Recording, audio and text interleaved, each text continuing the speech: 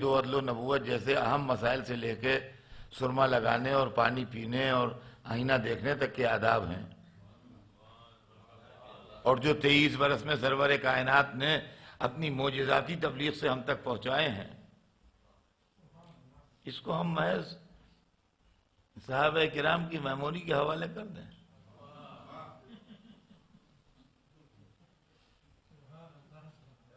تو پھر اس دین سے فائدہ ہی کیا؟ خدا جانے کتنا صحیح یاد رہا، خدا جانے کتنا غلط یاد رہا۔ تو عزیزان گرامی، یہی وجہ ہے کہ ہمارے پاس معصومین علیہ السلام کے ذریعے جو اسلام آیا، اس کے اندر شان رسول، شان خدا، شان امام، اس سب کا بہت تفصیلی بیان ہے۔ تو جہاں تک اللہ کی عدالت کا سوال ہے اور رسولوں کی عصمت کا سوال ہے، تو اگر رسول معصوم نہ ہو تو دین کے آنے میں ڈاؤٹ رہ جائے گا کہ یہ صحیح آیا کہ نہیں، اور جب دین مکمل ہو جائے اور رسالت کا سلسلہ تمام ہو جائے تو اگر امام معصوم نہ ہو تو دین کے بتانے میں شبہ رہ جائے گا کہ جو چیز بتائی گئی ہے یہ صحیح ہے کہ نہیں۔ اب سیدھا سیدھا مسئلہ یہ ہے کہ ان کا یہ دنیا نے اہل بیت کی دشمنی میں طلسم بنائے ہیں کہ وہ ہماری طرح انسان تھے، وہ تو بڑھا چڑھا کے لوگ کہتے ہیں اور علی کو تو خدا بنا دیتے ہیں اور محمد کو ذکر کر دیتے ہیں، کفر ہے اور شرک ہے، ہم یہاں جو کچھ ہے بس اللہ ہی اللہ ہے، اس کے علاوہ کوئی نہیں، جو کچھ ہے اللہ ہی اللہ ہے، اس کے علاوہ کوئی نہیں، جو وہ چاہتا ہے وہ ہوتا ہے، اس کے علاوہ کوئی نہیں، اور بغیر اس کے حکم کے پتی نہیں ہلتی۔ ہاں تو ہم خود کہتے ہیں بغیر اس کے حکم کے پتی نہیں ہلتی، ہم یہاں بغیر اس کے حکم کے ایک بوند پانی نہیں گرتا، اور داڑھی بھی ہل رہی ہے اور سر بھی ہل رہا ہے، بس اللہ ہی اللہ، اللہ ہی اللہ، اللہ ہی اللہ۔ وہ یقین مانیے یہ اللہ کی محبت میں نہیں ہے، یہ علی کی عداوت میں ہے۔ یہاں بس اللہ ہی اللہ، اللہ اللہ، آپ باقی حوث، اللہ بس، باقی حوث، بس اللہ ہی اللہ کیا کرو۔ اب کون کم وقت کہے گا کہ اللہ ہی اللہ نہ کرو؟ ہیں؟ اللہ ہی اللہ، اللہ ہی اللہ، اللہ ہی اللہ، اور اللہ کے حکم کے بغیر کچھ نہیں ہوتا، اور پتی نہیں ہلتی اور پانی کی بوند نہیں گرتی اور آپ سانس نہیں لے سکتے اللہ کے حکم کے بغیر۔ تو ان کا بھیا جب سب اللہ کے حکم کے بغیر ہوتا ہے تو اب خبردار کوئی ایسے معاملے میں بولا نہ کرو، سب کچھ اللہ کرتا ہے۔ اور اتنا بڑا واقعہ کربلا جو ہوا، کیا تم سمجھتے ہو اللہ کے حکم کے بغیر ہوا؟ جو اللہ کی مرضی تھی وہ ہوا۔ ہم کون بولنے والے، اختلاف کرنے والے، کسی کو اچھا کہنے والے، کسی کو برا کہنے والے، دیکھیے آ گئے مطلب پر۔ اللہ اللہ کہہ کے یہ سارا اللہ اللہ اس لیے تھا کہ یزید بچایا جائے، یہ سارا اللہ اللہ اس لیے تھا کہ یزید بچایا جائے، کہ لیکن اتنا بڑا واقعہ بغیر اللہ کے حکم کے ہو جائے گا؟ ہاں، جو کچھ ہوا اس کے حکم سے ہوا، تم اپنے چپ کے بیٹھے رہو، تم بولو ہی نا اس معاملے میں، تم کون ہوتے دخل دینے والے؟ ہم نے کہا بالکل صحیح ارشاد ہو رہا ہے، بالکل کسی کو بولنے کا حق ہی نہیں، جو کچھ ہوتا ہے اللہ کی وجہ سے ہوتا ہے، جو کرتا ہے اللہ کرتا ہے۔ کربلا میں بھی جو کچھ ہوا اللہ کی وجہ سے ہوا۔ اب اس کی پالیسی بدل گئی، شاید آپ کو یہ علم نہیں ہے، اس لیے کہ جب بغیر اللہ کے حکم کے پانی کی ایک بوند نہیں گرتی اور ایک پتی نہیں ہلتی تو یہ بڑے بڑے علم کیسے اٹھ جائیں گے اللہ کے حکم کے بغیر؟ یہ مجلسیں کیسے ہو جائیں گی اللہ کے حکم کے بغیر؟ یہ گھنٹہ گھنٹہ پر مقرر تقریر کیسے کر دیں گے اللہ کے حکم کے بغیر؟ جو کچھ ہو رہا ہے اللہ کے حکم سے ہو رہا ہے، بدعت نہ کہیے گا، خبردار۔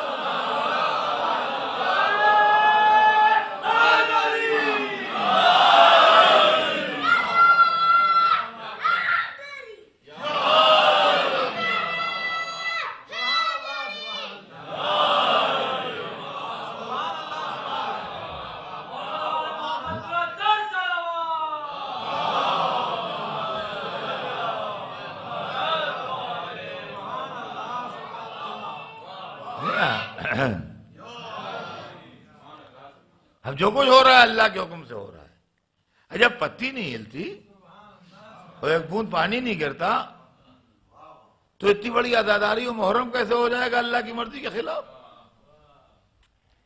اور گھنٹوں جو ماتم کرتے ہیں، اور گھنٹوں جو مقررین تقریر کرتے ہیں، اور گھنٹوں جو سڑکوں پر جلوس چلتے ہیں، یہ سب اللہ کی مرضی کے بغیر ہو جائیں گے؟ سب اللہ کی مرضی سے ہو رہا ہے. پہلے اس کی مرضی یہ تھی، اب وہ کسی بات پر ناراض ہو گیا ہوگا یزید سے. اب وہ چاہتا ہے کہ لوگ یزید پر لعنت کرتے رہیں، اس کو برا کہتے رہیں، اس کی طرف. تب اس کی مرضی سے ہو رہا ہے، تب اس کی مرضی سے ہو رہا ہے. دیکھا ہم نے، یعنی یزید حسین کو شہید کر دے تو یہ اللہ کی مرضی سے ہوا، اور ہم حسین کا ماتم کریں تو یہ ہماری مرضی سے ہو رہا ہے. یہ اس پر پھر بدعت کا فتویٰ لگانے کے لیے کھڑے ہو گئے ہیں. تو عزیزان گرامی، انشاءاللہ بات کل آگے بڑھے گی، زندگی رہی تو. اور میں آپ کی خدمت میں یہ عرض کروں گا کہ کل بہت امپارٹنٹ بات مجھے عرض کرنا ہے آپ کی خدمت میں، کہ شان رسالت کیا ہے. آج تو میں نے تھوڑی دیر عصمت کے تعلق سے عرض کیا تاکہ بچوں کے ذہن میں یہ عصمت کا کانسیپٹ کلیئر ہو جائے، لیکن کل میں انشاءاللہ عرض کروں گا کہ شان رسالت کیا ہے. اور محمد و آل محمد علیہ السلام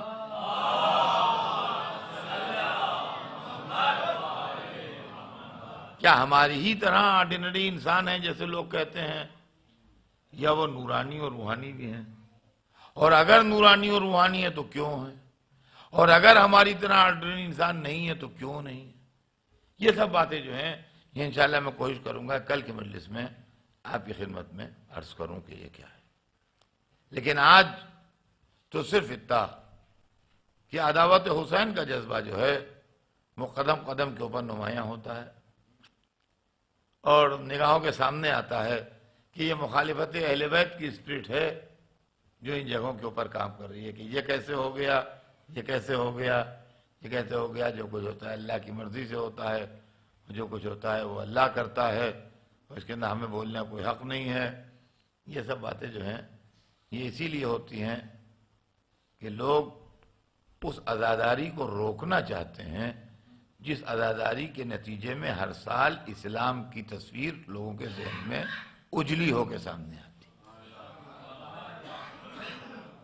یہ حسین ابن علی کا معجزہ ہے خدا کی قسم کہ جو ان کے نام کے اوپر لوگ ساری دنیا میں جمع ہوتے ہیں.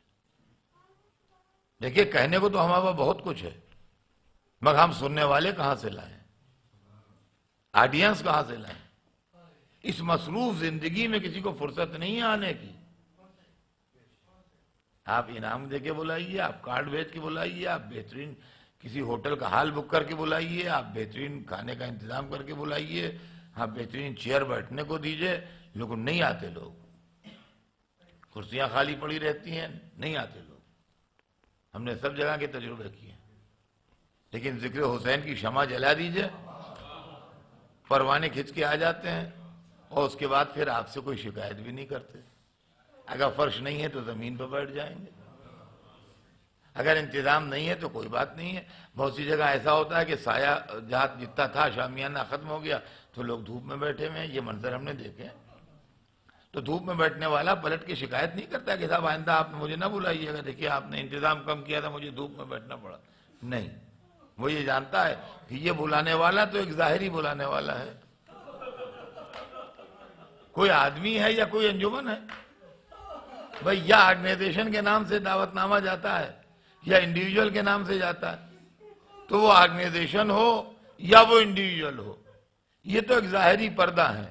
اصل بلانے والی تو حسین کی دکھیا ماں ہے، اصل بلانے والی تو وہ بیکس ماں ہے جس نے اپنے باپ سے سوال کیا تھا، بابا میرے بچے پر روئے گا کون؟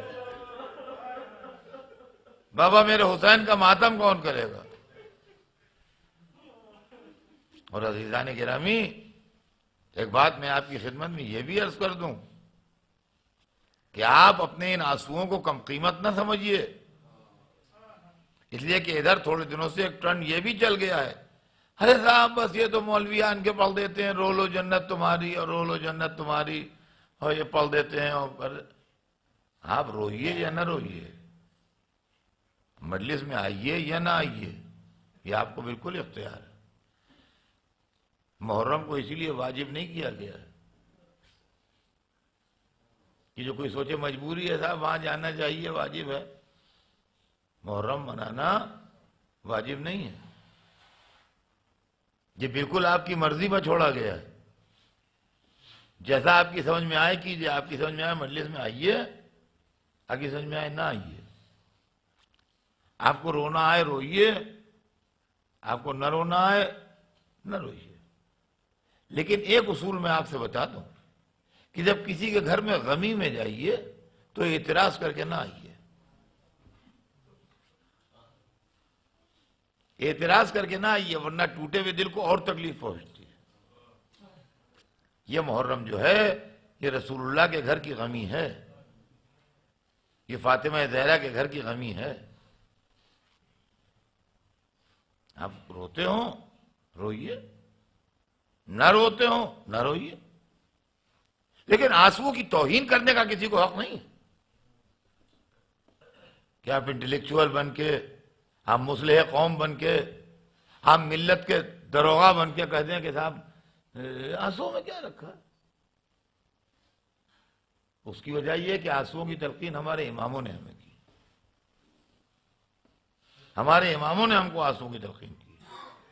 اور عزیزان گرامی، یہ آنسو وہ ہے، یہ جو جملہ سن لیں، بچے سن لیں اچھے طریقے سے، یہ آنسو جو مجلس میں بہتے ہیں اور یہ حسین پر گریا جو ہوتا ہے مجلس میں، اس سے اللہ ثابت ہوتا ہے جو اسلام کا سب سے بڑا مسئلہ ہے۔ اس کی وجہ ہے حسین پر رونا اپنے غم میں رونے کی طرح نہیں ہے۔ دیکھیں، رونے کا تعلق مذہب سے نہیں ہے، رونے کا تعلق ہیومن نیچر سے ہے۔ اس کی وجہ یہ ہے کہ یہ نماز روزے کی طرح کی کوئی چیز نہیں ہے۔ روتا ہر انسان ہے، ہندو، مسلمان، سکھ، عیسائی، کرسچین، یہودی، کوئی مذہب نہ مانتا ہو، بالکل ایتھیسٹ ہو، بیٹا مر جائے گا تو وہ بھی روتا ہے۔ تو معلوم ہے کہ رونے کا تعلق مذہب سے نہیں ہے، کلچر سے نہیں ہے۔ کالا، گورا، بادامی، ہر رنگ کا انسان اپنے غم میں روتا ہے۔ رونے کا تعلق انسانی نیچر سے ہے۔ جیسے بھوک لگتی ہے، جیسے گرمی لگتی ہے، سردی لگتی ہے، جیسے پیاس لگتی ہے، ویسے ہی رونا بھی آتا ہے۔ یہ ساری کیفیتیں جو ہیں یہ ہماری جسم سے اور ہمارے انسان ہونے سے متعلق ہیں، اس کا تعلق مذہب سے نہیں ہے کہ صاحب گرمی لگ رہی ہے، آپ شیعہ ہیں اس لیے آپ کو گرمی لگ رہی ہے۔ نہیں، شیعہ ہونے سے گرمی نہیں لگتی ہے، گرمی لگنے کا تعلق مذہب سے نہیں ہے۔ صاحب آپ شیعہ ہیں اس لیے آپ کو پیاس لگ رہی ہے، ورنہ کیوں پیاس لگتی ہے آپ کو؟ تو اس کو شیعہ، سنی، ہندو، مسلمان، سکھ، عیسائی کے دائرے میں نہ لے جائیے۔ تو رونا اور خوش ہونا اس کا بھی تعلق مذہب سے نہیں ہے۔ ہم نے لوگوں کو روتے دیکھا ہے، ہم خود روئے ہیں، اور یہاں بچوں کے سوا جتنے سمجھدار بیٹھے ہیں سب روئے ہیں۔ ہر ایک کا کوئی نہ کوئی عزیز مرا ہے، کوئی باپ کے غم میں رویا ہے، کوئی ماں کے غم میں رویا ہے، کوئی بہن بھائی کے غم میں رویا ہے، کوئی دوست احباب کے غم میں رویا ہے، کوئی کسی اولاد کے غم میں رویا ہے۔ بھارت جتنے بیٹھے ہوئے ہیں ہر ایک رویا ہے۔ تو رونا خود بخود آتا ہے، لایا نہیں جاتا ہے، رونا بلایا نہیں جاتا ہے، رونا خود بخود آتا ہے۔ لیکن ہم سب روئے تو ہیں اپنے اپنے غموں میں، لیکن جس دن واقعہ ہوا اس دن بہت روئے تھے، اس کے بعد آنسو گھٹتے گئے، یہاں تک کہ جو زمانہ گزرتا گیا وہ غم ہلکا ہوتا گیا۔ جتنا مرنے والے دن روئے تھے اتنا تیجے کے دن نہیں روئے، اور جتنا تیجے میں روئے تھے اتنا 40ویں میں نہیں روئے، اور جتنا 40ویں میں روئے تھے اتنا برسی میں نہیں روئے، اور مرنے کے 4-5 برس کے بعد تو ٹھنڈی سانسیں رہ جاتی ہیں، آنسو تو غائب ہو جاتے ہیں، اور اس کے بعد وہ ٹھنڈی سانسیں بھی غائب ہو جاتی ہیں، اس کے بعد وہ ٹھنڈی سانسیں بھی غائب ہو جاتی ہیں۔ تو معلوم ہے آدمی روتا ہے، مگر 2-4 دن روتا ہے، اور آہستہ آہستہ رونے کا گراف جو ہے وہ نیچے جاتا ہے۔ ایک پوائنٹ نمبر 1 اس کو آپ نوٹ کیجئے۔ پوائنٹ نمبر 2 سنیے، آدمی اسی پر روتا ہے جس کو دیکھا ہے، جس کو دیکھا نہیں اس پر کوئی نہیں روتا۔ جن بچوں کے دادا نانا اس وقت مرے جب وہ سمجھدار تھے، وہ اپنے داداؤں ناناؤں پر خوب روئے۔ جن کے دادا نانا ان کے بچپنے میں یا ان کے پیدا ہونے سے پہلے مر گئے، وہ اپنے دادا نانا پر نہیں روئے۔ ایون ماں باپ، بچہ پیدا ہوا اس کی ماں مر گئی، ایسے سینکڑوں کیسز ہوتے۔ خالہ نے اس کو پالا، بڑھیا خالہ جب مری تو یہ جوان تھا، سر پھوڑے لے رہا تھا، 4 آدمی سنبھالے ہوئے تھے، نہیں سنبھل رہا تھا۔ تو اس سے لوگوں نے کہا رے کیا بڑھیا خالہ پر رو رہے ہو، 80 برس کی تھیں، اب کب مرتی؟ تمہاری ماں جوان مر گئی تھی، ان پر نہیں روئے تم؟ تو کہتے ہم نے ماں کو دیکھا ہی نہیں، ہم نے تو سنا جب ہم پیدا ہوئے جب وہ مر گئی تھی، ہمیں تو انہی نے پالا، ہم انہی کو جانتے ہیں، ہم تو سمجھتے ہیں آج ہماری ماں مری ہے۔ باپ مر گیا، بچہ 6 مہینے کا تھا، سال بھر کا تھا، کبھی اپنے باپ پر نہیں روئے گا؟ سمجھے آپ؟ آدمی روتا ہمیشہ اسی پر ہے جس کو دیکھتا ہے۔ اور اب تو تصویروں کا زمانہ ہے، لڑکا پیدا ہوا، بڑا ہوا، سمجھدار ہوا، 10 12 15 برس کا ہوا، گھر میں ایک تصویر لگی ہوئی ہے ایک بچے کی، ماں سے پوچھتا ہے تصویر کس کی ہے؟ کہا بیٹا تمہارا بھائی تھا بڑا، تمہیں پیدائش سے پہلے مر گیا، بڑا خوبصورت تھا، جس دن یہ مرا اس دن محلے کسی گھر میں کھانا نہیں پکا تھا، گھر گھر رو رہا تھا۔ وہ روتا ہوگا، یہ نہیں رو رہا ہے، سگا بھائی ہے اس کا وہ، مگر اس کی پیدائش سے پہلے پیدا ہو کے مر گیا، لہذا نہیں روتا۔ معلوم ہوا کہ دوسری فطرت انسان کی یہ ہے کہ صرف اسی پر روتا ہے جس کو دیکھا ہے۔ فطرت کے دونوں اصول غم حسین کے خلاف ووٹ دے رہے ہیں۔ ہم اپنے غم میں 14 برس کے بعد کوئی نہیں روتا، ایک دکھا دیجئے مجھے جو اپنے غم میں 14 برس کے بعد رو رہا ہو۔ حسین کے غم میں 1400 برس کے بعد رو رہے ہیں۔ ایک دکھا دیجئے جو اس پر رویا ہو جس کو دیکھا نہیں ہے۔ کربلا کے 72 میں ہم نے کسی کی زیارت نہیں کی، مگر آج تک روتے ہیں۔ علی اصغر کی کمسنی پر روتے ہیں، قاسم کی گل پہرہانی پر روتے ہیں، عباس کی جوانی پر روتے ہیں۔ اب روتے ہیں کہ نہیں روتے ہیں؟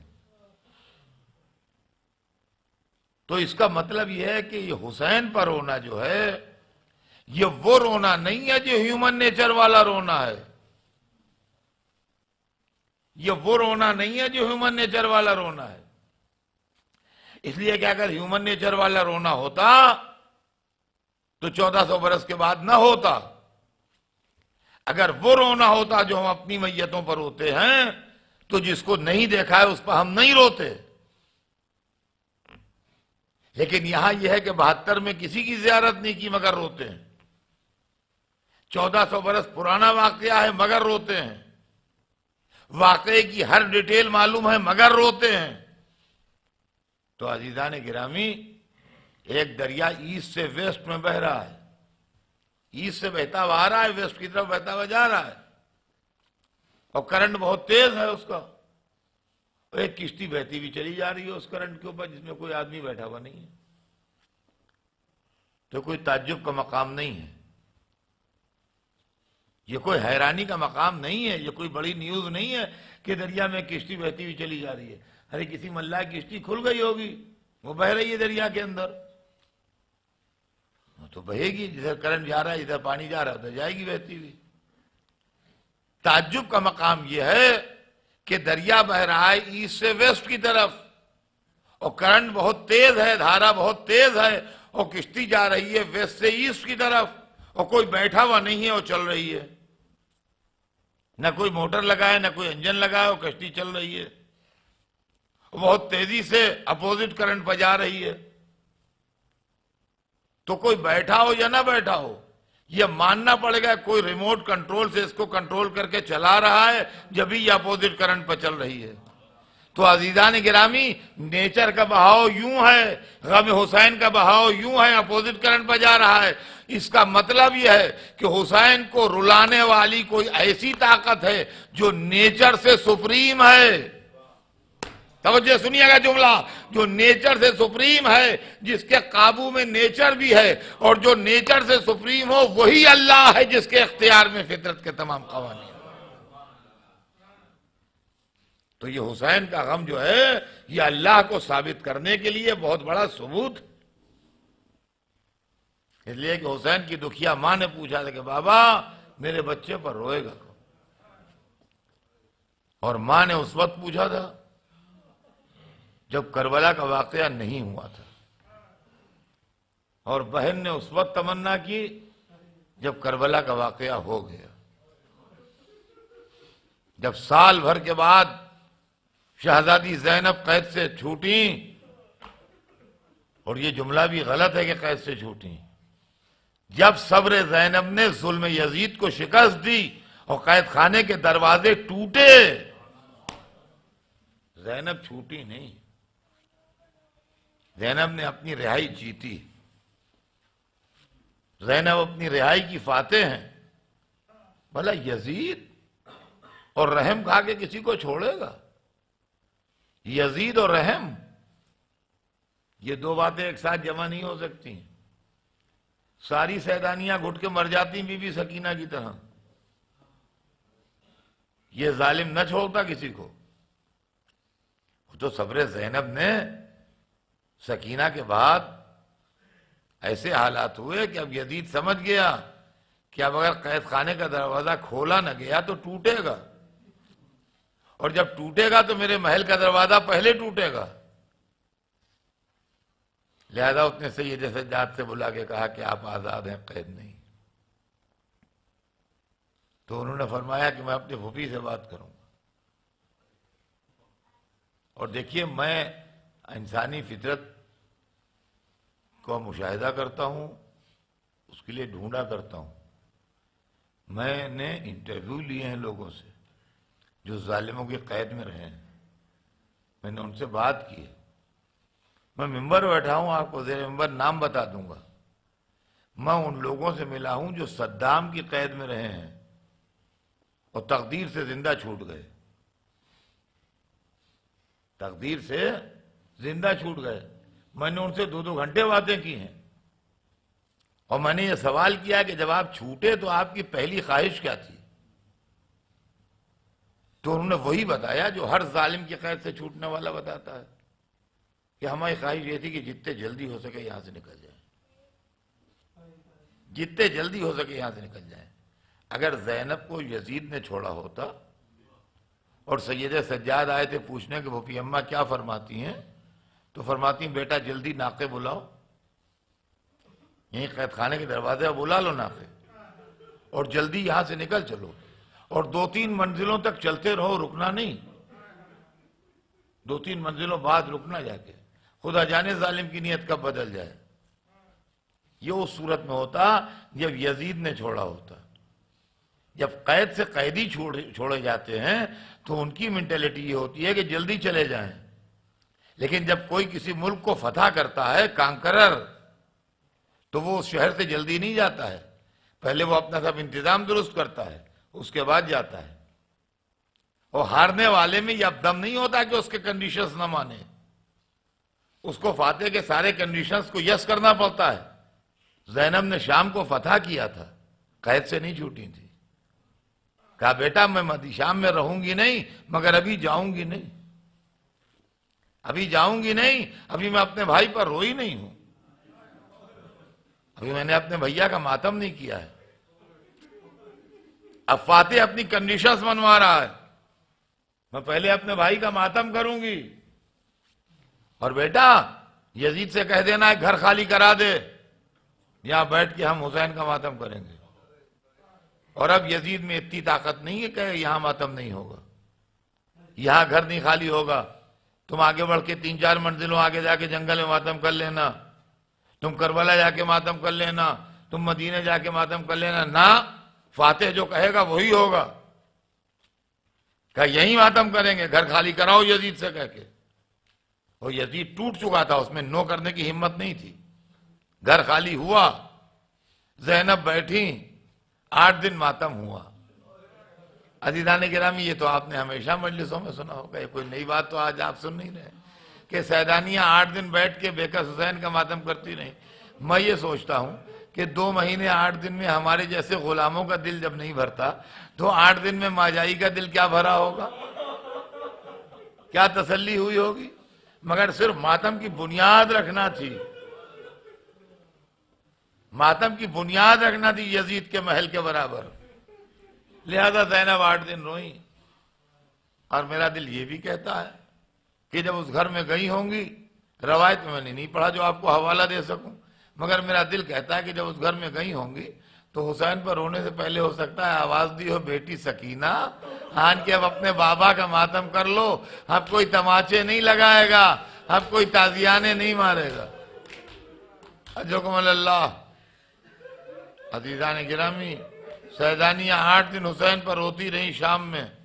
اس کے بعد قافلہ چلا، 3 دن جا کے بیویاں کربلا میں روئیں، اور اس کے بعد پھر مدینے میں جا کے روتی رہیں.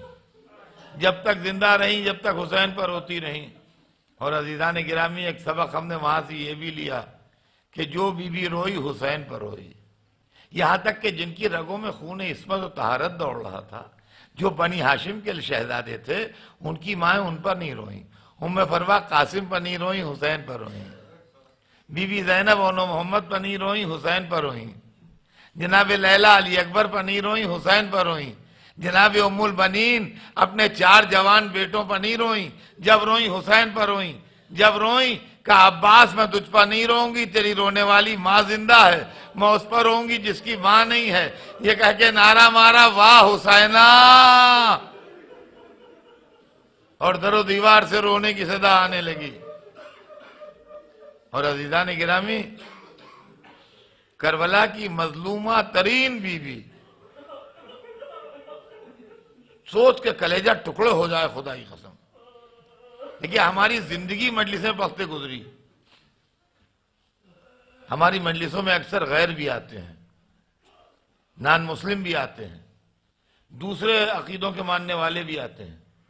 تو ہمارے لیے تو حسین کے ادنا غلام کی شہادت بھی زندگی بھر رونے کو کافی ہے. اگر ہم حضرت جون حبشی کی شہادت پر زندگی بھر ماتم کریں تو ان کا حق نہیں ادا ہو سکتا ہے، واللہ حق نہیں ادا ہو سکتا ان کا، سمجھے آپ. لیکن وہ ہمارے لیے ہے، ہم اہل بیت کے غلاموں کے لیے. کوئی کرسچین آتا ہے، کوئی ہندو آتا ہے، کوئی جینی آتا ہے، کوئی پارسی آتا ہے، مجلس میں بیٹھتے ہیں لوگ. 2 واقعے پورے کربلا میں ایسے ہیں. دیکھیے میں اپنا تجربہ بتا رہا ہوں جو 50 برس سے زیادہ کا ہے. 2 واقعے ایسے ہیں کہ جہاں پڑھ دیے، اور جس مذہب کے آدمی کے سامنے پڑھ دیے تڑپ گیا. ایک تو 6 مہینے کے بچے کی شہادت، جہاں پڑھ دیا کہ بچہ 6 مہینے کا تھا اور 3 دن سے پیاسا تھا، اور باپ لایا تھا یہ کہہ کے کہ اس کو ذرا سا پانی پلا دو. ظالموں نے پانی نہیں دیا، اس کو تیر مار دیا. بس جہاں یہ کہا کہ تیر مار دیا، آپ یقین مانیے جس نے سنا اپنا کلیجہ پکڑ لیا. کہہ لیا ارے ارے ارے تیر مار دیا، پانی نہیں دیا. ایسا لگا جیسے علی اصغر کے گلے پر تیر نہیں لگا، اس کے دل پر تیر لگا. ایک تو یہ واقعہ ہے، جہاں پڑھا وہاں آدمی تڑپ گیا، چاہے اس کا مذہب کچھ ہو. اور دوسرا واقعہ ہے 4 برس کی بچی کا گھٹ گھٹ کے قید خانے میں مر جانا.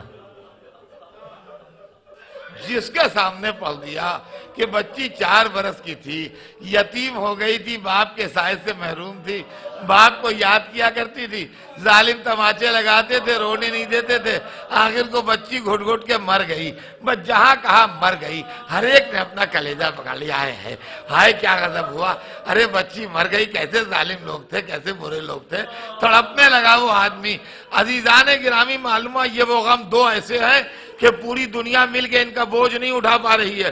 آخری جملہ سنیے، اس میں سب سے دردناک پہلو یہ ہے کہ دونوں بچوں کی ماں ایک تھی. جو علی اصغر کی ماں تھی وہی سکینہ کی ماں تھی، مگر کبھی اپنے بچوں پر نہ روئیں.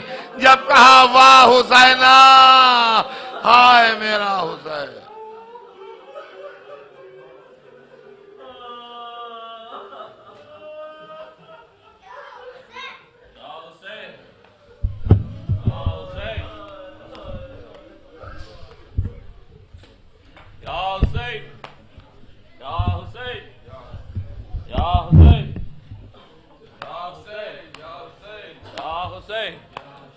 Ya Hussein! Ya Hussein! السميع العليم من الشيطان اللعين الرجيم بسم الله الرحمن الرحيم الحمد لله رب العالمين والصلاة والسلام على سيدنا وشفيعنا أبي القاسم محمد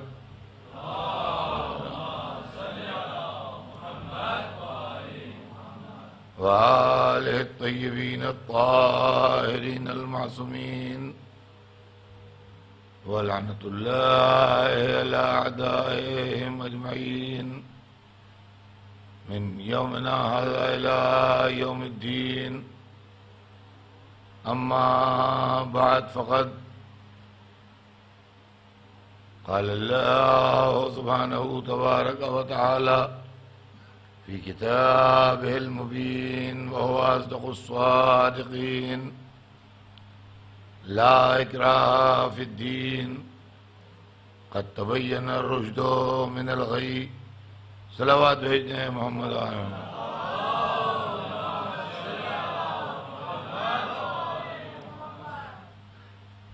خداوند عالم قرآن مجید میں ارشاد فرما رہا ہے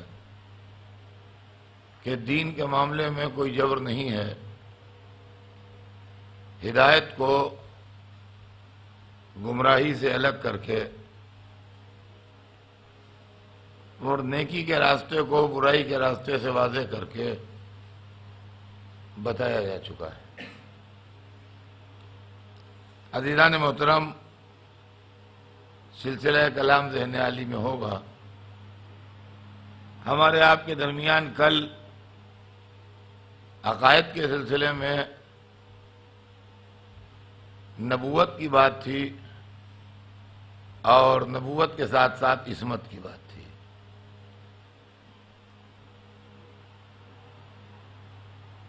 آج بیان کا سلسلہ آگے بڑھے گا، لیکن سلسلہ بیان آگے بڑھانے سے پہلے ایک بات ضرور عرض کر دوں کہ آج مجھ سے میرے ایک نوجوان دوست نے یہ سوال کیا کہ ہم تو یہ سنتے تھے بچپن سے کہ معصوم 14 ہیں. آپ نے کل مجلس میں پڑھا کہ پیغمبر بھی سب معصوم ہیں، تو اس کا مطلب یہ کہ تعداد بڑھ گئی. تو ایسا ہے کہ ہمارے یہاں 12 امام 14 معصوم بچوں کو سکھائے جاتے ہیں. تو بات تو صحیح ہے کہ 14 معصوم ہیں، لیکن جس کو بھی اللہ کی طرف سے رہبری کا عہدہ ملا وہ پیغمبر ہو یا ایک ان میں ہستی شامل ہے جناب مریم کی. تو اس طریقے سے ٹوٹل معصومین کی تعداد 1,24,014 بنتی ہے. اس لیے کہ 14 معصوموں میں 1,24,000 معصوموں کا ایک رسول ہم میں شامل ہے ادھر، تو ادھر ایک گھٹتا ہے تو اس میں حضرت مریم شامل ہیں ادھر. اس طریقے سے وہ فگر پوری ہو جاتی ہے کہ 1,24,000 معصوم اور 14 معصوم. 14 معصومین میں رسول اللہ، جناب سیدہ اور 12 امام، اور 1,24,000 معصوموں میں حضرت آدم سے لے کے جناب عیسیٰ تک اور جناب مریم. اس طریقے سے یہ تعداد ہے. اب معصوم سب ہیں، یعنی غلطی ان میں سے کوئی نہیں کرے گا. نہ پیغمبر غلطی کریں گے، نہ امام غلطی کریں گے، نہ ہمارے رسول، نہ جناب سیدہ، نہ جناب مریم.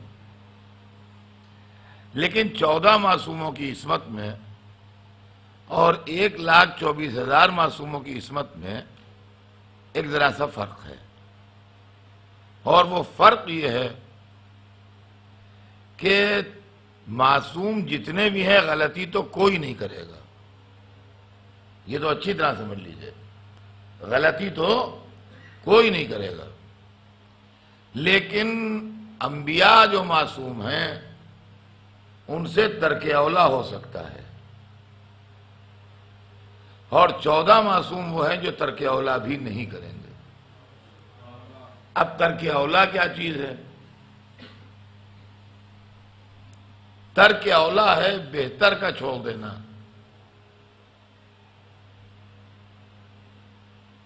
To leave the best.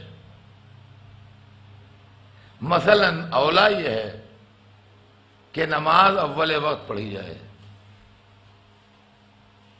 بہتر یہ ہے، زیادہ اچھا یہ ہے کہ آدمی نماز اول وقت پڑھ لے، اس کا ثواب ہے۔ گناہ یہ ہے کہ نماز چھوڑ دے، گناہ یہ ہے کہ نماز قضا کر دے، اولا یہ ہے کہ اول وقت پڑھ لے۔ تو کوئی پیغمبر بھی نماز چھوڑے گا تو نہیں، یہ تو بات ڈیسائیڈ ہے، لیکن زندگی میں ایک آدھ دفعہ اس کا امکان ہے کہ اول وقت پر وہ ادا نہ کر پائے کسی مجبوری کے تحت، لیکن 14 معصوم وہ ہیں کہ جن سے نہ نماز قضا ہوگی نہ اول وقت قضا ہوگا۔ سمجھے آپ؟ تو یہ مسئلہ ہے عصمت کا۔ تو عصمت جو ہے وہ ہر اس شخص کے پاس ہے جس کو اللہ کی طرف سے عہدہ ملا ہے، اور جس کو اللہ کی طرف سے یا نبوت ملی ہے یا امامت ملی ہے۔ اور یہ بھی سوال دماغوں میں آتا ہے، لوگوں نے چونکہ مشہور کر رکھا ہے کہ حضرت آدم سے غلطی ہوئی، تو حضرت آدم سے غلطی نہیں ہوئی۔ پہلی بات تو یہ ہے کہ قانون لاگو اس وقت ہوگا جب قانون بن جائے۔ حضرت آدم تھے جنت میں، وہاں تھے، قانون یہاں بنا ہے، لہذا یہاں کا قانون وہاں آپ انفورس نہیں کر سکتے۔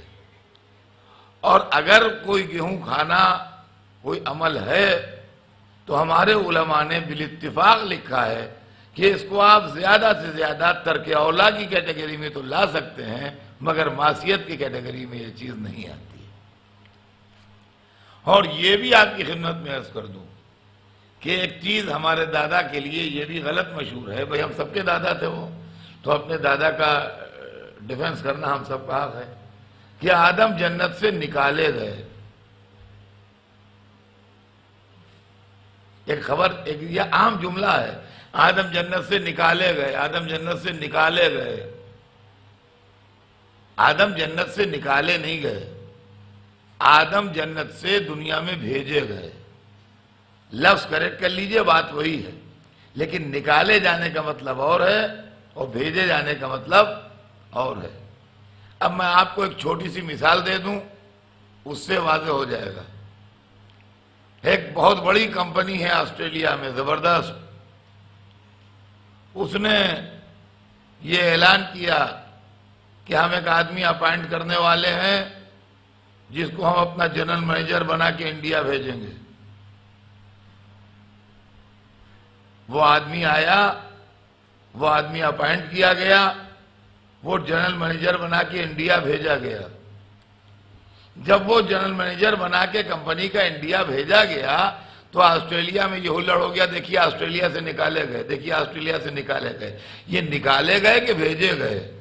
سوال یہ ہے کہ اللہ نے روز اول فرشتوں سے کیا کہا تھا؟ انی جاعل فی الارض خلیفہ، میں زمین پر خلیفہ بنانے والا ہوں۔ تو اگر آدم زمین پر آئے خلیفہ بن کے تو جس پوسٹ کا اعلان کیا تھا اسی پر تو اپائنٹ کر کے بھیجے گئے، یہ نکالے کہاں سے گئے؟ سمجھے آپ؟ تو یہ تصور دیا کہ نکالے گئے، نکالے وکالے نہیں گئے، بھیجے گئے۔ خیر بہرحال یہ تو ایک مسئلہ تھا، یہ میں نے کہا کہ چونکہ کل میں نے جو پڑھا تھا تو جب ایک آدھ کوئی مجھ سے سوال کرتا ہے تو میں ایسا سوچتا ہوں کہ یہ سوال کسی دوسرے کے دماغ میں بھی آ سکتا ہے، تو میں اس کو کلیئر کر دیتا ہوں۔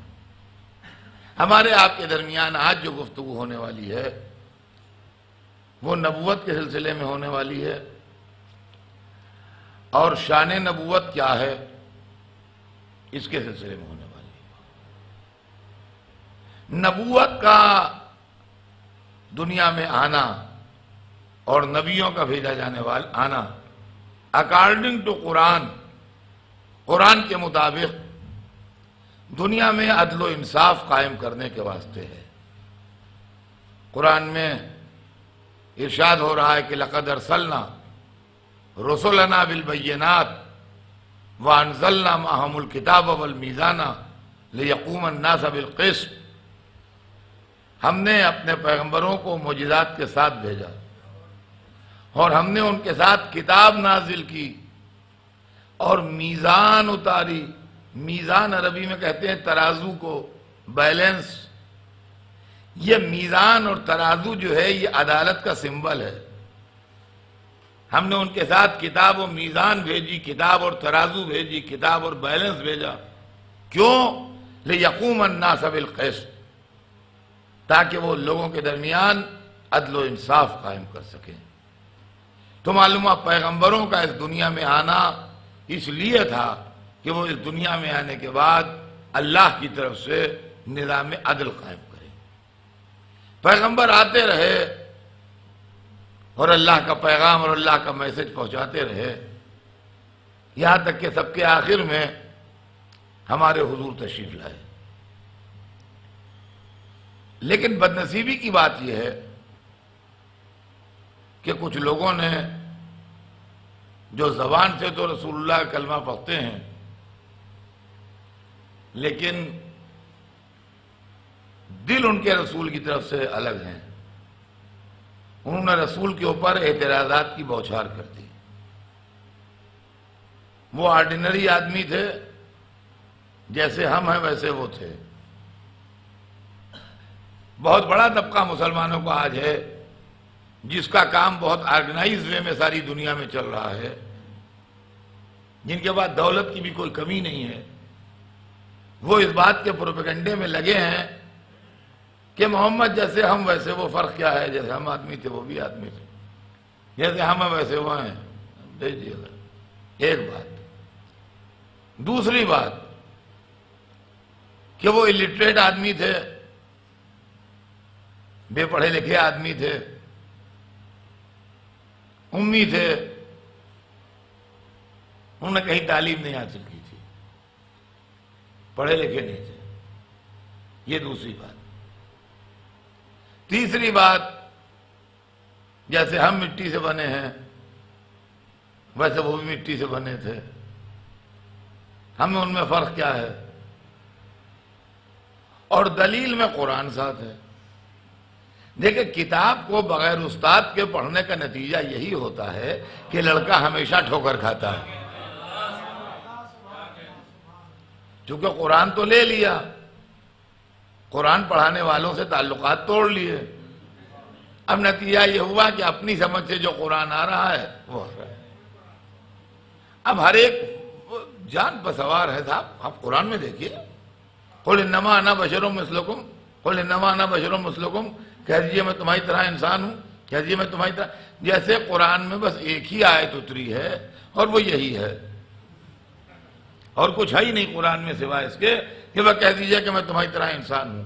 ارے پہلی بات تو میں آپ کے کامن سینس کو یہ اپیل کرتا ہوں کہ آپ اتنے لوگ یہاں بیٹھے ہیں، اس میں بزرگ و سندراز لوگ بھی ہیں، آپ نے اپنی زندگی میں کبھی یہ سنا کہ کوئی آدمی کہیں کھڑا کہہ رہا ہو کہ حضرات میں آپ ہی کی طرح انسان ہوں؟ کسی مجمع میں، کسی گیدرنگ میں، کسی کانفرنس میں، کسی جگہ جہاں بھیڑ زیادہ ہو، وہاں کوئی صاحب کھڑے کہہ رہے ہوں، کوئی عالم، کوئی لیڈر، کوئی نیتا، کوئی اسکالر، کوئی بھی، کہ وہ کھڑا کہہ رہا ہو کہ بھائی صاحب میں آپ ہی کی طرح انسان ہوں۔ آپ نے نہیں سنا نا؟ اچھا آپ میں سے کبھی کسی نے کہا مجمع میں کہ جناب میں آپ ہی کی طرح انسان ہوں؟ تو نہ آپ نے کبھی کہا نہ آپ نے کبھی سنا کہ کوئی دوسرا کہہ رہا ہے۔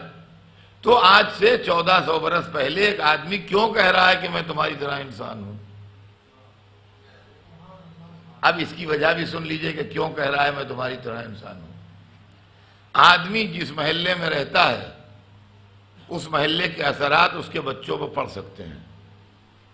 ہمیں بدنصیبی سے ایسے محلے میں گھر ملا جہاں ایک طرف شراب خانہ تھا، ایک طرف جوئے خانہ تھا، ایک طرف ہمارا گھر تھا۔ مجبوری یہ تھی کہ گھر بدل نہیں سکتے تھے، کچھ پریشانی ایسی تھی، رہنا وہیں تھا، بچے بھی تھے ہمارے ساتھ چھوٹے چھوٹے۔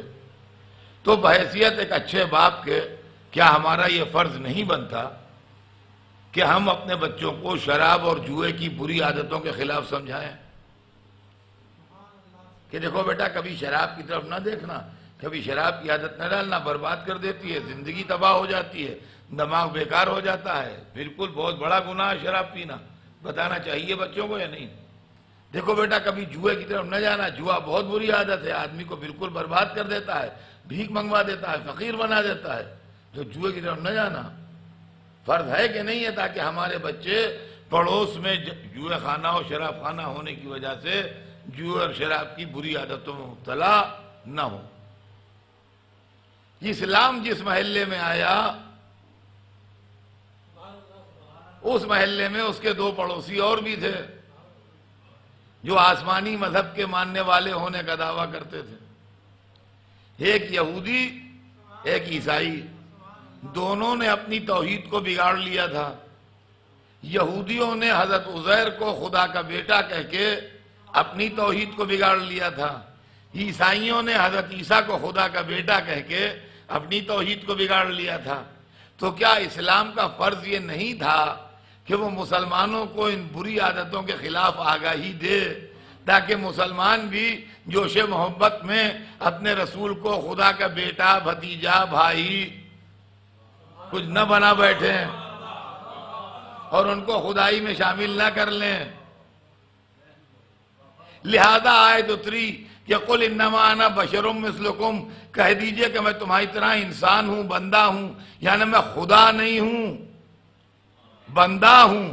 آیت اس لیے اتری کہ اس سے نہ ملا دیں، یاروں نے یہ کام دکھایا اپنے سے ملا کے بیٹھ گئے۔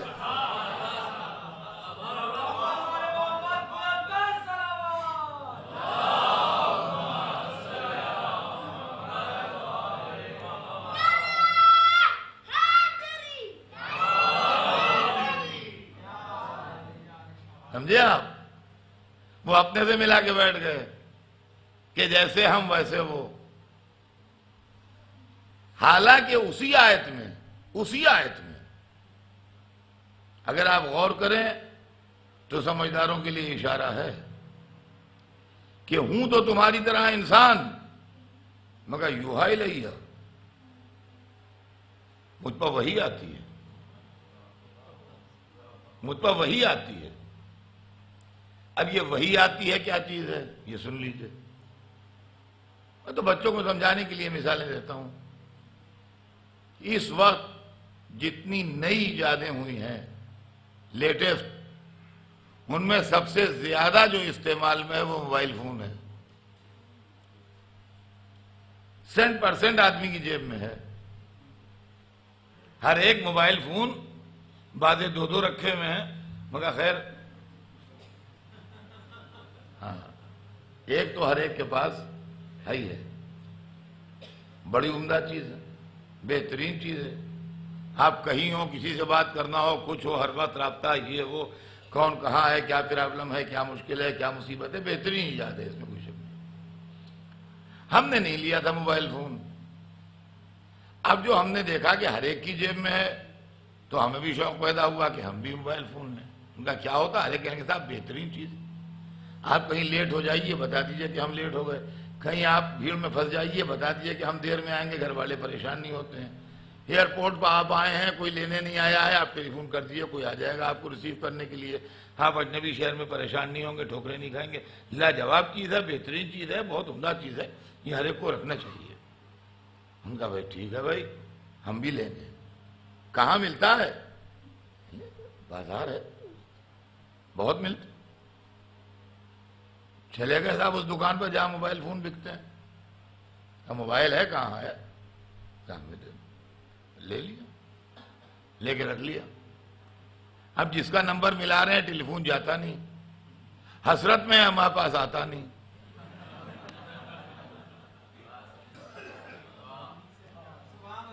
ارے کل ساری مجلس بھر کو معلوم ہو گیا تھا کہ موبائل فون ہم نے لیا ہے، لینے والے ہیں، ہمیں ایک نے موبائل نہیں کیا ہم کو۔ اب جو دوسرے دن مجلس میں آئے کہنے لگے صاحب ہم تو بڑے پریشان ہیں۔ ہے کیا؟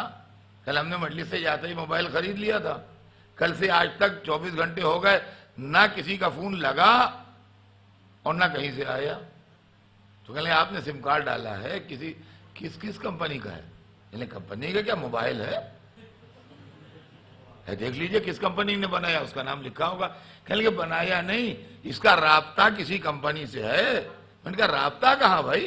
ارے موبائل کہا تھا آپ نے، موبائل ہم خرید لائے، یہ دیکھیے یہ ہے۔ ان کا یہ تھوڑی چلے گا، اس کو کسی کمپنی سے کسی لائن سے آپ اس کا سم کارڈ لے کے ڈالیے جبھی چلے گا، ایسے نہیں چلے گا۔ تو معلوم ہے انسان تو سب برابر ہیں مگر رابطہ ایک ہی کا ہے۔ یہ جتنے موبائل ہیں جتنے دکھائی دے رہے ہیں ان میں سم کارڈ نہیں ہے، نہ وہاں سے کال آئے گی نہ یہاں سے جواب جائے گا۔ یوہا الیہ صلوات بھیجنے محمد۔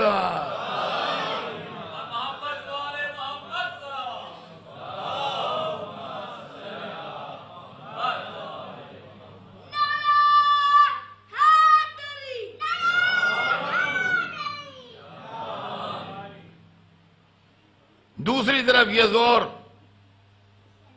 کہ بے پڑھے لکھے تھے، قرآن میں دیکھ لیجئے، هو الذی بعث فی الامیین رسولا، اللہ نے امیوں میں رسول بھیجا ہے، جاہلوں میں رسول بھیجا۔ ارے اچھا ہم نے کہا چلو اس پر کمپرومائز ہو جائے کہ جو لوگ جاہل تھے ان میں بھیجا ہے، رسول تو پڑھا لکھا ہے۔ کہیں گے نہیں، وَالَّذِي بَعَثَ فِي الْأُمِّيِّينَ رَسُولًا مِّنْهُمْ بھی تو ہے، یہ تو غور کیجئے، نہیں وہ بھی پڑھے لکھے نہیں تھے۔ ان جاہلوں کو یہ زور ہے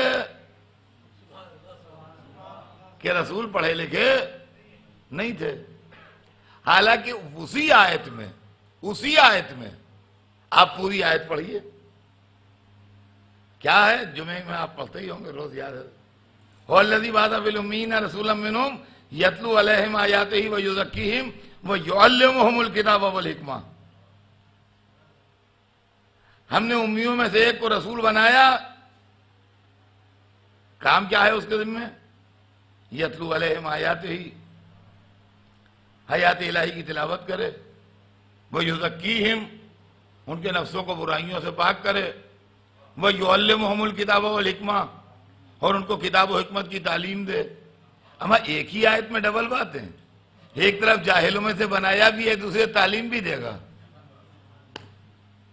جب خدا کہہ رہا ہے تعلیم دے تو تعلیم کوئی جاہل دیتا ہے کسی کو؟ تعلیم کوئی بے پڑھا دیتا ہے کسی کو؟ عزیزان گرامی اس مسئلے کو ذرا آپ غور سے سوچئے گا، اس کو تصور فرمائیے گا کہ یہ کیا چیز ہے۔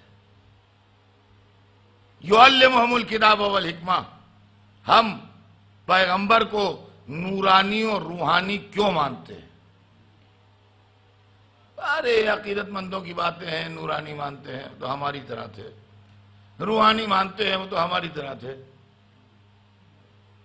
اچھا ان کا کیا دل چاہتا ہے؟ ان کا یہ دل چاہتا تھا کہ بچپن میں رسول کو اس طرح دیکھیں کہ تختی لیے ہوئے، کتاب بغل میں دبائے ہوئے، 2-3 قلم جیب میں لگے ہوئے، سیٹھے کے ایک آدھ روشنائی کا ڈبہ پڑا ہوا کپڑوں پر، کہیں بیٹھے پڑھ رہے ہیں، کہتے نہیں پڑھے، ہم نے خود دیکھا ہے، یہ منظر انہوں نے کہیں دیکھا نہیں، یہ منظر انہوں نے کہیں دیکھا نہیں، انکار کر کے پڑھے ہوئے ہی نہیں ہے۔ اچھا اب اسی بات پر قائم رہیے، میں آسٹریلیا میں پہلی دفعہ آیا ہوں،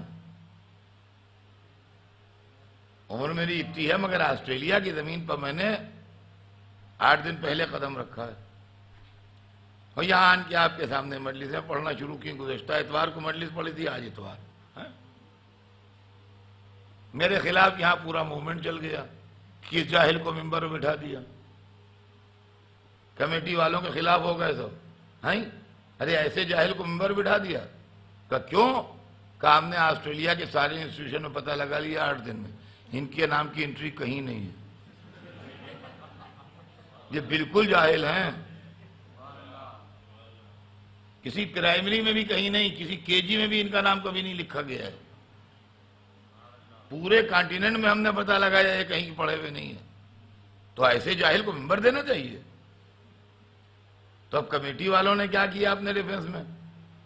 کہنے کہ بھائی کاہے کو لڑ رہے ہیں آپ، یہ آسٹریلیا کے ہیں ہی نہیں، یہ انڈیا سے آئے ہیں، لکھنؤ کے ہیں۔ تو میں آسٹریلیا آیا ہوں 2 ویک کے لیے مجلسیں پڑھنے کے لیے، میں یہاں کا ہوں نہیں۔ تعلیم کی میری اگر آپ کو تحقیق کرنا ہے تو میں جہاں پیدا پرورش ہوا ہوں وہاں تحقیق کیجئے۔ رسول اس دنیا میں آئے ہیں، رسول اس دنیا میں آئے ہیں ہدایت کرنے کے لیے، وہ یہاں کے ہیں نہیں، جہاں کے ہیں وہاں پوچھئے۔ تو بھیا باہر وہاں پارکنگ لاٹ میں لڑنے سے کیا فائدہ ہے کہ بڈھے بڈھے لڑ رہے ہیں، جان دیے دیتے ہیں۔ ارے میں یہاں بیٹھا ہوں، مجھ سے پوچھ لیجئے، مجھ سے پوچھ لیجئے کہ ادر صاحب کانٹروورسی ہو رہی ہے آپ کے لیے کہ آپ پڑھے ہوئے ہیں کہ نہیں، پلیز برا نہ مانیے گا، آپ کچھ بتا دیجئے ہمیں۔ تو میں نے کہا ہاں صاحب میں نے وہاں مدرسہ ہے سلطان المدارس، اس میں میں نے پڑھا ہے، لکھنؤ میں ہے، اور وہیں میرا گھر بھی ہے، اور وہاں لکھنؤ میں ایک یونیورسٹی بھی ہے، لکھنؤ یونیورسٹی اس کا نام ہے، وہاں میں نے پڑھا ہے۔ تو اگر آپ کو میری ایجوکیشن کے لیے تحقیق کرنا ہے تو آپ لکھنؤ یونیورسٹی میں جا کے پوچھئے، اور دینی تعلیم کے سلسلے میں معلوم کرنا ہے تو دینی تعلیم کا مدرسہ سلطان المدارس ہے، وہاں جا کے پوچھئے، معلوم ہو جائے گا۔ تو جو رسول کے لیے لڑائی ہو رہی ہے، ان سے پوچھ لیجئے سرکار آپ کچھ پڑھے ہوئے ہیں کہ نہیں؟ ہم تو بھائی لڑے نہیں، ہم تو سیدھے ہونی کے وہاں پہنچ گئے۔ ہم نے کہا یا حضور آپ کی امت میں جھگڑا ہے، ہم یہ پوچھنے آئے کہ آپ نے تعلیم حاصل کی ہے تو کتنی کیا؟ تو انہوں نے جواب دیا انا مدینۃ العلم۔ اے تعلیم کی بات کرتے ہو، میں تو علم کا شہر ہوں، میں علم کا شہر ہوں، سٹی آف نالج۔ اچھا اب میں نے کہہ دیا کہ ہاں صاحب میں نے پڑھا ہے، سلطان مدارس مدرسہ ہے اس میں پڑھا ہے، لکھنؤ یونیورسٹی ہے اس میں پڑھا ہے، اب دل چاہے مان لیجئے، نہیں دل چاہتا ماننے کو تو تھوڑی زحمت کیجئے، ایک لیٹر لکھیے لکھنؤ یونیورسٹی کے رجسٹرار کو، اور اس سے کہیے صاحب ایک صاحب یہاں آئے ہوئے ہیں، یہ کہتے ہیں فلاں سیشن میں انہوں نے فلاں ڈگری لی ہے آپ کی یونیورسٹی سے، پلیز اپنے ریکارڈ میں دیکھ کے ہمیں بتا دیجئے۔ مدرسے کے پرنسپل کو لکھیے، صاحب فلاں صاحب آئے ہوئے ہیں، یہ نام ہے ان کا، کہتے ہیں آپ کے مدرسے سے انہوں نے فلاں سال میں فلاں سیشن میں یہ ڈگری لی ہے، آپ دیکھ کے بتا دیجئے آپ کے ریکارڈ میں ہے کہ نہیں ہے۔ اگر وہاں سے یس میں جواب آئے تو مان لیجئے، نو میں جواب آئے سمجھے میں جھوٹ بول رہا ہوں۔ تو اگر اللہ کے رسول کی تعلیم کے لیے معلوم کرنا ہے اور ان کے کہنے پر بھروسہ نہیں ہے تو اسی سے پوچھ لیجئے، مگر ایک بات پتہ کہ میں بتا دوں، جلدی میں چلے نہ جائیے گا پوچھنے، ہاں اس لیے کہ چلے تو جائیں گے مگر وہاں نہیں پائیں گے ہمیں بتانے کے لیے، جانے کا راستہ تو کھلا ہے، آ نہیں سکتا، پھر یہیں سے بیٹھے بیٹھے پوچھئے گا کہ معبود ایک بندہ آیا ہے اس دنیا میں تیرا، وہ کہتا ہے میں علم کا شہر ہوں، تو نے کسی کو اتنی تعلیم دی ہے کہ وہ علم کا شہر ہو جائے؟ تو وہاں سے آیت آئی علمک ما لم تکن تعلم، اے حبیب ہم نے تمہیں ہر وہ بات تعلیم دے دی جو تمہیں نہیں معلوم تھی، ہر وہ بات تعلیم دے دی جو تمہیں نہیں معلوم تھی، یہ اللہ کا سرٹیفکیٹ ہے محمد کے نام، ہر وہ بات بتا دی جو تمہیں نہیں معلوم تھی۔ اب محمد کسی سوال کے جواب میں نہیں کہی نہیں سکتے، اس لیے کہ جہاں نہیں آئے گا وہیں علامہ آئے گا، ہر وہ بات بتا دی جو نہیں معلوم تھی، اور فرمایا آپ نے۔ تو اب صرف ایک چھوٹی سی بات میں آپ کی خدمت میں عرض کروں پھر جو رسول نے فرمایا کہ میں سٹی آف نالج ہوں، میں علم کا شہر ہوں، اور قرآن میں یہ بات لکھی ہے کہ یعلمہم الکتاب والحکمہ، یہ رسول ہم نے اس لیے بھیجا ہے کہ کتاب کی تعلیم دے، کتاب کی تعلیم دے۔ اس کو ذرا غور سے سنیے گا، یہ سورہ جمعہ کی آیت ہے، یہ آپ لوگ برابر پڑھتے ہیں۔ اس لیے بھیجا ہے کہ تم کو کتاب و حکمت کی تعلیم دے۔ تو کتاب سے مراد کون سی کتاب ہے؟ کون سی کتاب ہے؟ دنیا میں ہر جگہ کتابوں کی بڑی بڑی دکانیں ہیں، اور آپ کے شہر میں بھی کتابوں کی بڑی بڑی دکانیں ہوں گی، ایک سے ایک، جہاں ہزاروں کتابیں بکتی ہوں گی۔ آپ کسی شہر کی سب سے بڑی کتاب کی دکان پر چلے جائیے اور وہاں اس سے کہیے بھیا ہمیں کتاب دے دو، تو صورت دیکھے گا کون سی کتاب، کتاب کا نام بتائیے، کتاب کا سبجیکٹ بتائیے، کتاب کا آتھر بتائیے، کچھ تو بتائیے۔ کتابیں تو یہاں سے وہاں تک لگی ہیں بھائی، ہم آپ کو کون سی کتاب دے دیں اس میں سے؟ تو آپ جب تک کہتے رہیے گا کتاب دے دو، وہ آپ کو کتاب نہیں دے گا۔ جب آپ کتاب کا نام بتائیں گے یا کتاب کا سبجیکٹ بتائیں گے تو اس سبجیکٹ کی کتاب دے گا یا اس نام کی کتاب دے گا۔ تو سوال یہ ہے کہ اللہ نے جو فرمایا قرآن میں کہ یعلمہم الکتاب والحکمہ، وہ کتاب و حکمت کی تعلیم دے، تو یہ کون سی کتاب ہے جس کی تعلیم دے؟ تو ممکن ہے جواب آئے کہ معلوم ہوتا ہے تم نے قرآن غور سے نہیں پڑھا ہے، تم نے قرآن غور سے نہیں پڑھا، تم غور سے پڑھو۔ جہاں سے دوسرا سورہ شروع ہو رہا ہے قرآن میں، بسم اللہ الرحمن الرحیم، الف لام میم، ذالک الکتاب، یہ کتاب، یعنی معلومہ قرآن میں جب لفظ کتاب استعمال ہوتا ہے تو اس سے مراد قرآن ہوتا ہے۔ دیکھیے بیان کی کڑیاں جو ہیں ذہن میں منتشر نہ ہونے دیجیے گا۔ قرآن کا مزاج یہ ہے کہ جب قرآن میں لفظ کتاب استعمال ہوتا ہے تو اس سے مراد قرآن ہوتا ہے۔ تو اب جو اللہ نے فرمایا یعلمہم الکتاب والحکمہ، تم کو کتاب کی تعلیم دے، تو اس کا مطلب یہ ہے کہ تم کو قرآن کی تعلیم دے۔ اب سوال یہ ہے کہ قرآن میں کتنی نالج ہے؟ دیکھیے کتابوں کے اسٹینڈرڈ الگ الگ ہوتے ہیں۔ بچے کے لیے آپ کے جی میں جو کتاب خرید کے لاتے ہیں وہ اور ہوتی ہے، پرائمری میں جو لاتے ہیں وہ اور ہوتی ہے، ہائر سیکنڈری میں اور ہوتی ہے، کالج میں اور ہوتی ہے، یونیورسٹی میں اور ہوتی ہے، ریسرچ اسکالرز کو جن کتابوں کی ضرورت پڑتی ہے وہ اور ہوتی ہیں، جو ریفرنس بک کہلاتی ہیں وہ اور ہوتی ہیں۔ کتابوں کی اسٹینڈرڈ ایک سے نہیں ہے، سب کتابوں کے، کتابوں کی اسٹینڈرڈ الگ الگ ہے۔ تو قرآن کا اسٹینڈرڈ کیا ہے؟ اور قرآن کس سبجیکٹ کی کتاب ہے؟ یقین مانیے اگر قرآن نہ بتاتا تو جب سے قرآن نازل ہوا ہے آج تک ہم سر پٹکتے رہتے، ہمیں پتہ ہی نہیں لگتا۔ قرآن نے اپنا سبجیکٹ خود بتا دیا۔ ارشاد ہوا لا رتب ولا یابس الا فی کتاب مبین، کوئی خشک و تر ایسا نہیں ہے جو کتاب مبین میں نہ ہو۔ معلومہ قرآن میں ہر خشک و تر کی نالج ہے۔ توجہ سنیے گا، قرآن میں ہر خشک و تر کی نالج ہے۔ تو قرآن دیکھنے میں کتاب ہے، اصل میں بہت بڑی لائبریری ہے۔ اتنی بڑی لائبریری جتنی بڑی لائبریری اس دنیا میں کہیں نہیں ہے۔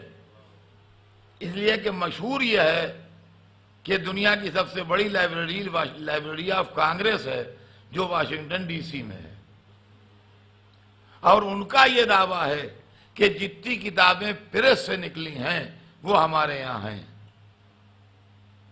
مینuscripts کا دعویٰ وہ نہیں کر رہے ہیں، یہ سمجھ لیجئے. ان کا کوئی دعویٰ مینuscripts کے سلسلے میں نہیں ہے. یا وہ کتابیں جو دنیا میں حالات کی وجہ سے ضائع ہو گئیں اور جل گئیں، ان کا بھی کوئی دعویٰ ان کا نہیں ہے. پریس کے ایجاد ہونے کے بعد جو کتابیں پریس سے نکلی ہیں وہ سب Library of Congress Washington D C میں ہیں. لیکن ابھی بھی واشنگٹن ڈی سی کی لائبریری آف کانگریس مکمل نالج کا مجموعہ نہیں ہے. اس لیے کہ سن 2020 میں جو کتاب پرنٹ ہو کے دنیا میں تہلکہ مچا دے گی،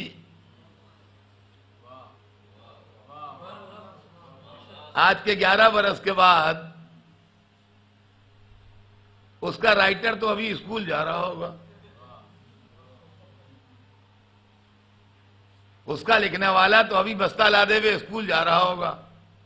سن 2020 میں چھپ کے تہلکہ مچائے گی تو معلوم ہے لائبریری آف کانگریس میں نالج تو ہے مگر نالج مکمل نہیں ہے. قرآن وہ کتاب ہے جس کے اندر اول تخلیق کائنات سے لے کے آخر روز کائنات تک کی پوری نالج ہے. اس کتاب کو پڑھانے کون آئے؟